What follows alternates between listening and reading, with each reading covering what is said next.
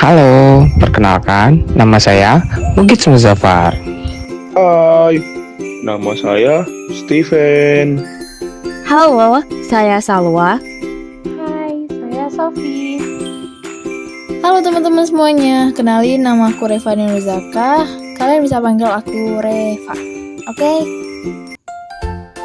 Pada pembelajaran kali ini, kita akan membahas sejarah perkembangan bahasa Melayu hingga pada akhirnya ditetapkan sebagai bahasa Indonesia, yaitu Bahasa Persatuan.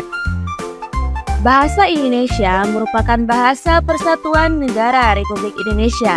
Selama ini, bahasa Indonesia telah menyatukan seluruh masyarakat dari berbagai suku bangsa. Hal ini tersebut telah ditandai dengan Ikrar Sumpah Pemuda pada tanggal 28 Oktober 1928.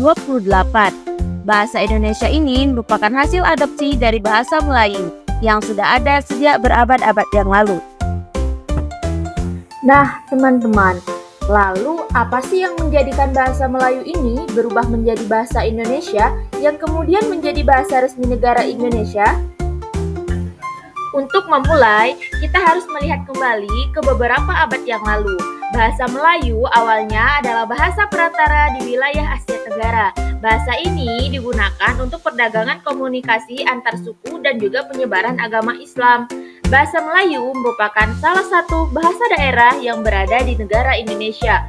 Bahasa Melayu telah dipakai sebagai bahasa pemersatu bagi daerah-daerah perdagangan negara lainnya selama berabad-abad lalu di seluruh kawasan Nusantara. Bahasa Melayu sudah dipergunakan oleh masyarakat di wilayah Kerajaan Sriwijaya. Kerajaan Sriwijaya ini sangat terkenal kala itu karena kejayaan serta keluasan wilayah kekuasaannya. Banyak bukti yang memperkuat dipergunakannya bahasa Melayu.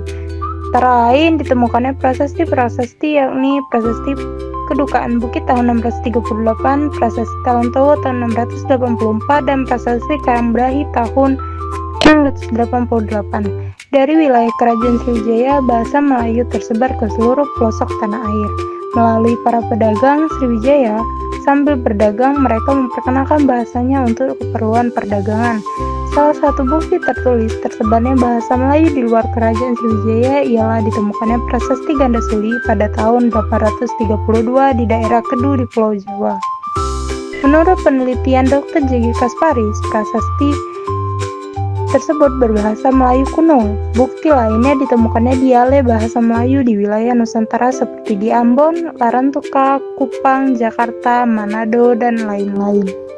Seiring berjalannya waktu, bahasa Melayu beralih fungsi sebagai lingua franca atau bahasa perhubungan antar golongan pedagang dan juga kerajaan, yang pada akhirnya terus meluas di kawasan Nusantara.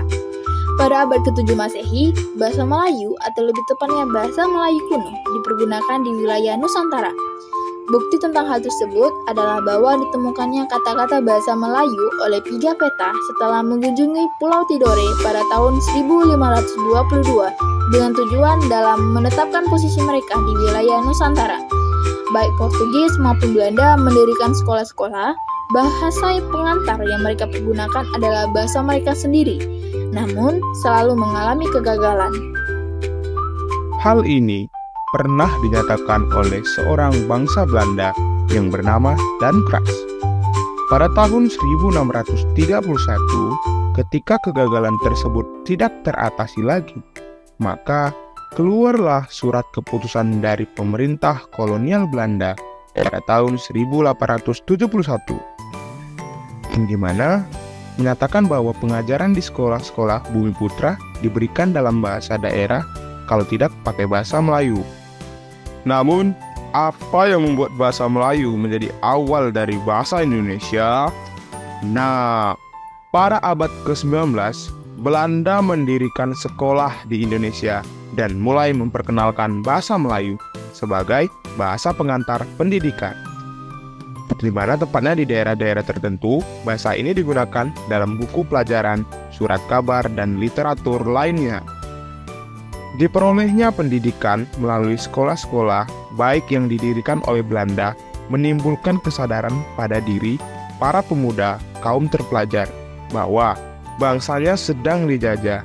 Setelah rasa kebangsaan timbul, mereka merasakan hanya akan dapat dicapai apabila seluruh suku bangsa yang ada di Indonesia itu bersatu. Untuk itu, mereka berusaha untuk memilih salah satu bahasa daerah untuk dijadikan bahasa persatuan.